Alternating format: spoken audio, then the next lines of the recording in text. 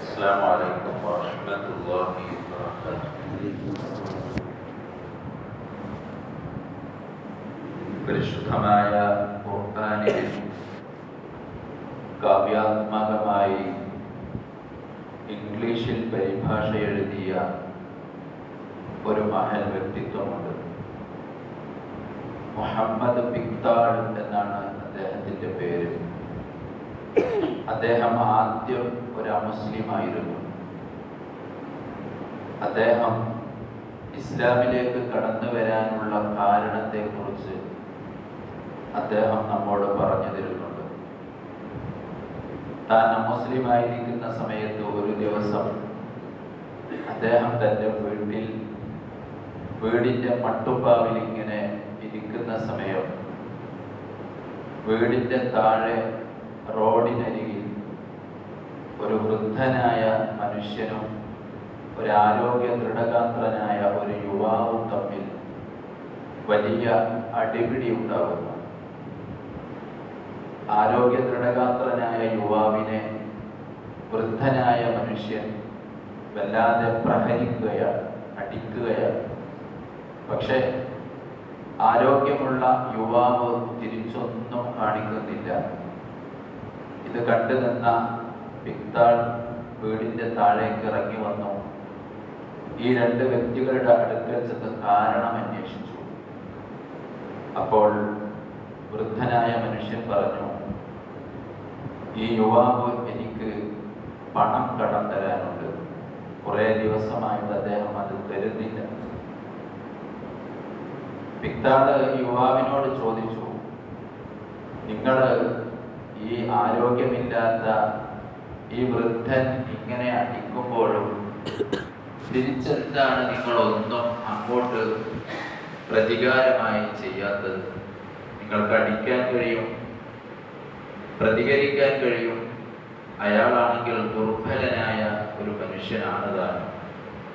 എന്നിട്ട് എന്തേ നിങ്ങളെല്ലാ അടിയും ഇങ്ങനെ കൊണ്ട് അനുഭവിച്ച് നിൽക്കുന്നത് എന്ന് ചോദിക്കുമ്പോൾ ഈ യുവാവായ മനുഷ്യൻ പിക്താളിനോട് പറയുന്നത് ഇങ്ങനെയാണ്: ഞാൻ ഇസ്ലാം മത വിശ്വാസിയാണ്, ഒരു മുസ്ലിമാണ്.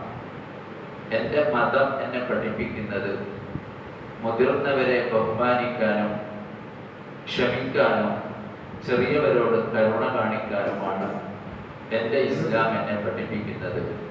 അതുകൊണ്ടാണ് ദുർബലനായ ആ മനുഷ്യൻ എന്നെ പ്രഹരിക്കുമ്പോഴും തിരിച്ചൊന്നും ചെയ്യാതെ ഞാൻ നിന്നത് എന്ന് ഈ മനുഷ്യൻ പറഞ്ഞപ്പോൾ അതാണത്രേ മുഹമ്മദ് പിക്താളിനെ ഇസ്ലാമിലേക്ക് കൊണ്ടുവരാൻ, ഇസ്ലാമിക്ക് വരാൻ ഏറെ ആകർഷിച്ചത് എന്ന് അദ്ദേഹം തന്നെ നടത്തിയ ഒരു പ്രസംഗത്തിൽ അദ്ദേഹം അത് പറയുന്നുണ്ട്. പ്രിയപ്പെട്ട സഹോദരങ്ങളെ, ക്ഷമ എന്ന് പറയുന്നതിൻ്റെ മാസമാണ് വിശുദ്ധമായ റമദാൻ.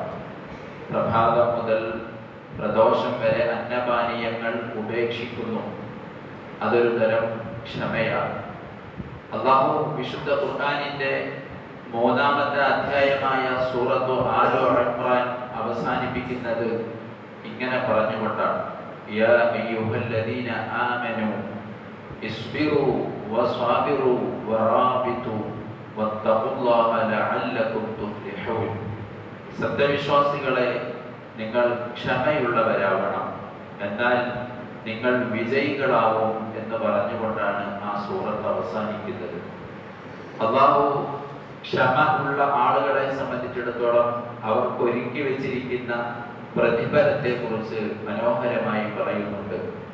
ഇന്നമാ യുവഫസ്വാബിറൂന അജ്റഹും ബിഗൈരി ഹിസാബ്. ക്ഷമയുള്ള ആളുകൾക്ക് അല്ലാഹു കണക്കില്ലാത്ത തരത്തിൽ കൂലി പൂർത്തിയാക്കി കൊടുക്കും എന്നാണ്. കൂലി കൊടുക്കുമെന്നല്ല അല്ലാഹു പറയുന്നത്, കൊടുക്കേണ്ടത് പൂർണ്ണമായി കൊടുക്കുകയും ചെയ്യും. ബിഗൈരി ഹിസാബ്, പിന്നെ അതിന് കണക്കുണ്ടാവുകയുമില്ല. കണക്കില്ലാത്ത തരത്തിൽ, അറ്റമില്ലാത്ത തരത്തിൽ അനന്തരമായ ഫലം കൊടുക്കുന്ന കർമ്മത്തെ കുറിച്ച് ഖുർആൻ പറഞ്ഞപ്പോൾ അവിടെ അല്ലാഹു പറയുന്നത് അത് ക്ഷമയുള്ള ആളുകൾക്കാണ് എന്നാണ്.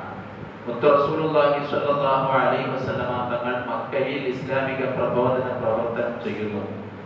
ആളുകളെല്ലാം പ്രവാചകൻ തങ്ങളെ ആക്ഷേപിക്കുകയും അധിക്ഷേപിക്കുകയും ചെയ്തു. നിക്കക്കള്ളിയില്ലാതെ പ്രവാചകൻ ഇങ്ങനെ ആശ്വസിച്ചു, ത്വായിഫിൽ പോയാൽ എൻ്റെ കുടുംബക്കാരുണ്ട്, അവിടെ നിന്ന് ഏതെങ്കിലും തരത്തിലുള്ള ആശ്വാസമോ സമാശ്വാസമോ തനിക്ക് കിട്ടും. ആ ശുഭപ്രതീക്ഷയിൽ പ്രവാചകൻ സ്വല്ലല്ലാഹു അലൈഹി വസല്ലമ തങ്ങൾ ത്വായിഫിൽ പോകുന്നു. അവിടെ ഉണ്ടായത് എന്താണെന്ന് നമുക്കൊക്കെ അറിയാം. മുത്തുനബി സ്വല്ലല്ലാഹു അലൈഹി വസല്ലമ തങ്ങളെ കല്ലുകൊണ്ട് എറിഞ്ഞു. തൻ്റെ മുൻപല്ലടക്കം പൊട്ടിപ്പോയി. പ്രവാചകൻ സ്വല്ലല്ലാഹു അലൈഹി വസല്ലമ തങ്ങളുടെ കാലിൽ നിന്ന് നിണമണിഞ്ഞ തരത്തിൽ പ്രവാചകൻ സ്വല്ലല്ലാഹു അലൈഹി വസല്ലം ഒരു ഭാഗത്ത് ഒരു മരത്തിന്റെ തണലിൽ ഇരിക്കുകയാണ്. മറ്റൊരു അഭിപ്രായത്തിൽ പ്രവാചകൻ സ്വല്ലല്ലാഹു അലൈഹി വസല്ലം ബോധരഹിതനായി വീണു എന്നും ചില റിപ്പോർട്ടുകളിലുണ്ട്. ആ സമയം മുത്ത് റസൂലുള്ളാഹി സ്വല്ലല്ലാഹു അലൈഹി വസല്ലം തങ്ങളുടെ അടുക്കലേക്ക് മുഖറബുൽ അംലാക്ക് മലക്ക് ജിബ്രീൽ അലൈഹിസ്സലാത്തു വസ്സലാം വന്ന് ചോദിക്കുന്ന രംഗം നമുക്കൊക്കെ അറിയാവുന്നതാണ്. അല്ലാഹു പറയുകയാണ്, മുഹമ്മദ് സ്വല്ലല്ലാഹു അലൈഹി വസല്ലം നബിയെ, അല്ലാഹു എന്നെ പറഞ്ഞയച്ചതാണ്. അങ്ങയെ ആക്രമിച്ച ത്വായിഫിലുള്ള ഈ പ്രതിയോഗികളെ മുഴുവനും കീഴ്മേൽ മറിക്കാൻ അല്ലാഹു എനിക്ക് അനുവാദം നൽകിയിട്ടുണ്ട്. അങ്ങയുടെ അഭിപ്രായം എന്താണ് എന്ന് ചോദിക്കുമ്പോൾ പ്രവാചകൻ സ്വല്ലല്ലാഹു അലൈഹി വസല്ലം പറഞ്ഞത്, അല്ലാഹുമ്മ ഹ്ദി ഖൗമി ഫഇന്നഹും ലാ യഅലമൂൻ. എൻ്റെ സമുദായത്തിന്, എൻ്റെ ജനതക്ക് നീ സന്മാർഗം കൊടുക്കണം, അവർ അറിവില്ലാത്തവരാണ് എന്ന് ഹബീബുന റസൂലുള്ളാഹി സ്വല്ലല്ലാഹു അലൈഹി വസല്ലം തങ്ങൾ പറയുന്നു. വിശുദ്ധ ഖുർആനിൽ ക്ഷമയെ കുറിച്ച് പരിചയപ്പെടുത്തിയപ്പോഴൊക്കെ പറഞ്ഞത് ഫസ്വബുറുൻ ജമീൽ എന്നാണ്. മനോഹരമായ ക്ഷമ എന്നാണ് ക്ഷമക്ക് അല്ലാഹു സുബ്ഹാനഹു വ തആല വിശേഷണം കൊടുത്തിരിക്കുന്നത്. പ്രവാചകൻ സ്വല്ലല്ലാഹു അലൈഹി വസല്ലം തങ്ങളോടായി നമ്മോടുമായി അല്ലാഹു പറയുന്നത് ഇങ്ങനെയാണ്, നിങ്ങൾ ക്ഷമിക്കുമ്പോൾ വളരെ ശ്രദ്ധയോടെ ഒരു കാര്യം ശ്രദ്ധിക്കണം. ക്ഷമ കൊണ്ട് മാത്രം കാര്യമില്ല. വലിറബ്ബിക ഫസ്ബിർ, നിങ്ങൾ ക്ഷമിക്കുന്നത് റബ്ബിന് വേണ്ടിയായിരിക്കണം. അരുതായ്മകളോ അല്ലെങ്കിൽ ആഭാസങ്ങളോ ഒക്കെ നിങ്ങൾക്കെതിരെ വരുമ്പോൾ നിങ്ങൾ അതിനോട് ക്ഷമ കൈക്കൊള്ളുന്നത് നിങ്ങളുടെ റബ്ബിന് വേണ്ടിയായിരിക്കണം എന്ന് അല്ലാഹു സുബ്ഹാനഹു വ തആല പറയുന്നു. 3 തരത്തിലുള്ള ക്ഷമയെയാണ് വിശുദ്ധ ദീൻ നമുക്ക് പരിചയപ്പെടുത്തി തരുന്നത്. ഒന്ന്, ഇബാദത്ത് എടുക്കാനുള്ള ക്ഷമ. അത് വളരെ അനിവാര്യമാണ്. ക്ഷമ എന്ന് പറയുന്നത് അല്ലാഹുവിനെ ആരാധന ചെയ്യാൻ നമുക്ക് നല്ല ക്ഷമയുണ്ടാവണം. ഓർത്തു നോക്കൂ, പള്ളിയിലേക്ക് നമ്മൾ ഇപ്പൊ ഈ സുബഹിക്ക് വരുന്നതിന് ചെറിയ ക്ഷമയൊന്നും പോരാ. അതിശക്തമായ ചൂടിൽ സ്വന്തം വീട്ടിൽ എല്ലാ സൗകര്യങ്ങളും ഉണ്ടായിട്ടും സ്വന്തം കിടപ്പറയിൽ നിന്ന് എഴുന്നേൽക്കണം. പിന്നീട് വെള്ളത്തിൽ നിന്ന് wudu ചെയ്യണം. പിന്നീട് പള്ളിയിലേക്ക് നടന്നു വരണം. പിന്നെ ഉറക്കമൊഴിച്ച് പള്ളിയിൽ ഇരിക്കണം. ജമാഅത്തിൽ പങ്കെടുക്കണം. കുനിഞ്ഞും നിവർന്നും സാഷ്ടാംഗം ചെയ്തുമൊക്കെ ശരീരത്തെ പലതരത്തിലേക്ക് കൊണ്ടുപോകണം. ഇതിന് വലിയ ക്ഷമയുണ്ടാവണം. ഈ ക്ഷമക്കാണ് അല്ലാഹു പറഞ്ഞത് അറ്റമില്ലാത്ത കൂലി തരും എന്ന്. അല്ലാഹു നമുക്ക് നൽകി അനുഗ്രഹിക്കുമാറാവട്ടെ. രണ്ടാമത്തെ കാര്യം എന്ന് പറയുന്നത് തെറ്റുകളിൽ നിന്ന് മാറി നിൽക്കാൻ ക്ഷമയുണ്ടാവണം. എത്രയോ അരുതായ്മകൾ നമുക്ക് ചുറ്റുമുണ്ട്, നമുക്കതിലേക്ക് ആഗ്രഹവുമുണ്ട്. പക്ഷെ നമ്മൾ അതിലേക്ക് പോകാതിരിക്കുന്നത് നമ്മുടെ ക്ഷമ കൊണ്ടാണ്. ക്ഷമ കൊണ്ടാണ് തെറ്റുകൾ നമ്മൾ ചെയ്യാതിരിക്കുന്നത്. ഈ ക്ഷമയും വളരെ പ്രധാനമാണ്. മൂന്നാമത്തെ കാര്യം, നമുക്ക് വെറുപ്പുള്ള കാര്യങ്ങൾ, അതിനോട് നമുക്ക് ക്ഷമ വേണം. നമ്മെ സംബന്ധിച്ചിടത്തോളം വളരെ പ്രയാസപ്പെടുന്ന പല കാര്യങ്ങളും നമുക്കുണ്ട്. നമുക്ക് വെറുപ്പുള്ള കാര്യങ്ങളാണ്. ആ വെറുപ്പുള്ള കാര്യങ്ങളെ തൊട്ട് മാറി നിൽക്കാൻ നമുക്ക് വലിയ ക്ഷമയുണ്ടാവണം. ഈ 3 തരത്തിലുള്ള ക്ഷമ. നോമ്പെന്ന് പറയുന്നത് നമുക്കറിയാമല്ലോ, ഒരുപാട് കാര്യങ്ങൾ വേണ്ടെന്ന് വെക്കലാണ്. നമ്മുടെ കയ്യിൽ പലതുമുണ്ട്, നമ്മുടെ വീട്ടിൽ പലതുമുണ്ട്, നമുക്ക് ചുറ്റും പലതുമുണ്ട്. പക്ഷേ ചിലതൊക്കെ നമ്മൾ വേണ്ടെന്ന് വെക്കുന്നു ക്ഷമാപൂർവം. അതുകൊണ്ടാണ് അല്ലാഹു മറ്റെല്ലാത്തിനേക്കാളും ഉപരി സകല നന്മകൾക്കും അല്ലാഹുവാണ് കൂലി കൊടുക്കുന്നത്. പക്ഷേ നോമ്പിനെ കുറിച്ച് പറഞ്ഞപ്പോൾ അല്ലാഹു എടുത്തു പറഞ്ഞിട്ടുണ്ട്, അസ്സൗമു ലീ വ അന അജ്സി ബി. നോമ്പ് എനിക്കുള്ളതാണ്, അതിന് ഞാനാണ് കൂലി കൊടുക്കുക എന്ന് പറഞ്ഞാൽ എത്രയാണെന്ന് പറഞ്ഞില്ല. കാര്യം ക്ഷമയാണ് നോമ്പെന്ന് പറയുന്നത്. എല്ലാം ഉണ്ടായിട്ടും അതിലേക്ക് അടുക്കാതെ ക്ഷമാപൂർവം നമ്മൾ അള്ളാഹുവിന്റെ പൊരുത്തത്തെ കാക്ഷിച്ചുകൊണ്ടിരിക്കുകയാണ്.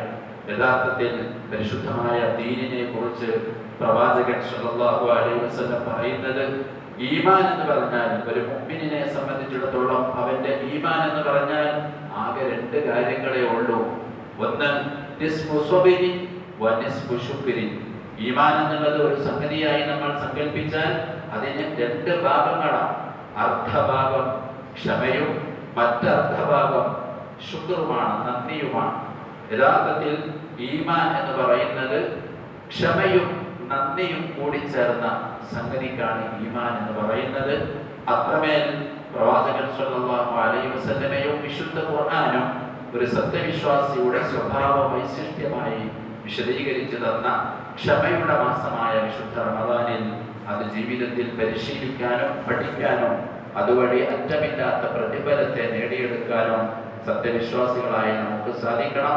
അള്ളാഹു നമുക്ക് നൽകി അനുഗ്രഹിക്കുമാറാവട്ടെ. ക്ഷമയുള്ളവരുടെ കൂട്ടത്തിൽ അള്ളാഹു നമ്മെ ഉൾപ്പെടുത്തി അനുഗ്രഹിക്കുമാറാവട്ടെ.